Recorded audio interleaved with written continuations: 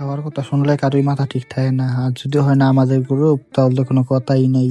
হ্যাঁ গাইস, আসসালামু আলাইকুম। সবাই কেমন আছেন? আশা করি সবাই ভালো আছেন। সবাইকে ওয়েলকাম আমার আরো একটি ভিডিওতে।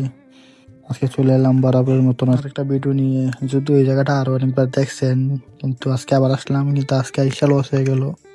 আজকে আইসা শুনি আর কি এখানে বিয়ের ইভেন্ট চলতেছে, আজকে হইব না। তো আর কি করব, এখানে ঘুরলাম অনেকক্ষণ, ভিডিও টিডিও করলাম। জায়গাটা সুন্দর, তাই ভিডিও করতেছিলাম, ছবি তুলতেছিলাম সবাই মিল্লা। কারণ খানা খাইতে পারবো না, কিন্তু ভাড়া দিয়ে যেহেতু আইসি একটু দুষ্টাইম ফাইজলাম করে যাই, এই জন্য আর কি ভিডিও করতেছিলাম, বসে আড্ডা দিতেছিলাম। কি করবো, কারণ অনেক দূর থেকে আইসি ভাড়া লাগাইয়া।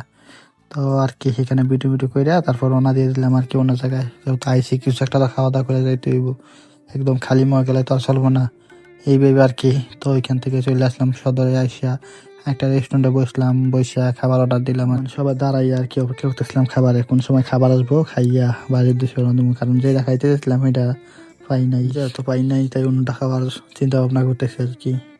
তো আর কি করবো, খাইতে তো হইবই আর কি। আর এখানে সবাই যার যার মতো করে সময় টাইম পাস করতেছিল। তার কিছুক্ষণ পরেই আমাদের খাবার চলে আসলো। তো আস্তে আস্তে খাওয়া শুরু করলাম।